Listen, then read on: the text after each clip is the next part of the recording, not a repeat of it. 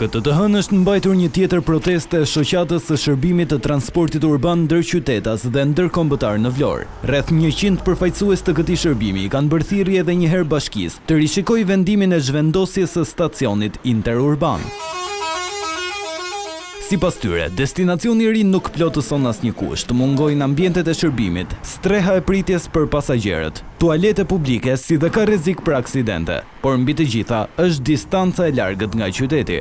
Ne jemi fare dakord, nuk kemi bërë asnjë marrëveshje asnjë gjë me bashkinë që thotë kemi bërë marrëveshje, kemi rënë dakord me autobusat, ne nuk kemi dakord. Tu s'plotësohet asnjë kusht.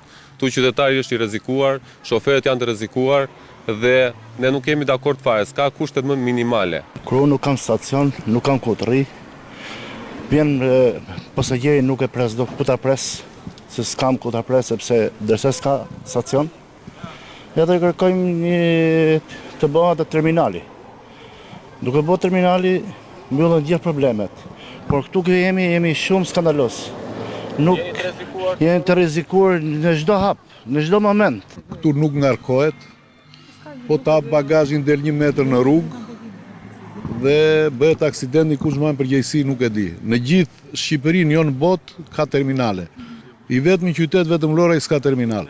Ky është reagimi i disa të kompanive të transportit, ndërsa lajmëruan se nëse nuk do të ketë reagim nga bashkia, protesta do të përshkallëzohet. Sipas vendimit të miratuar nga Këshilli Bashkiak, stacioni interurban do të vendoset jashtë qytetit të Vlorës.